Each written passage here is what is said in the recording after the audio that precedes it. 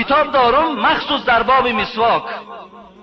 عالمان حاضره آلمان گرمانیا وقتی سودان میروند، قطعه افریقا وقتی میروند و مردم ها میبینند که مسواک، همین چوب مسواک در دهانشان میگردانند، دندانهاشان میمالند.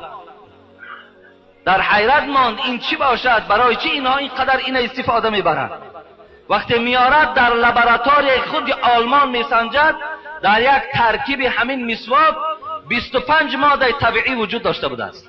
25 ماده طبیعی در داخل فقط یک مسواک. این حبیب خدا بیهوده ما را در این کار خیر دلالت ندارد.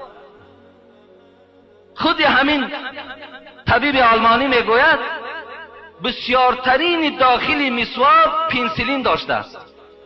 این فلوراید و کلوراید و دیگر نامهایی که در کتاب میگیرد، اینها شکل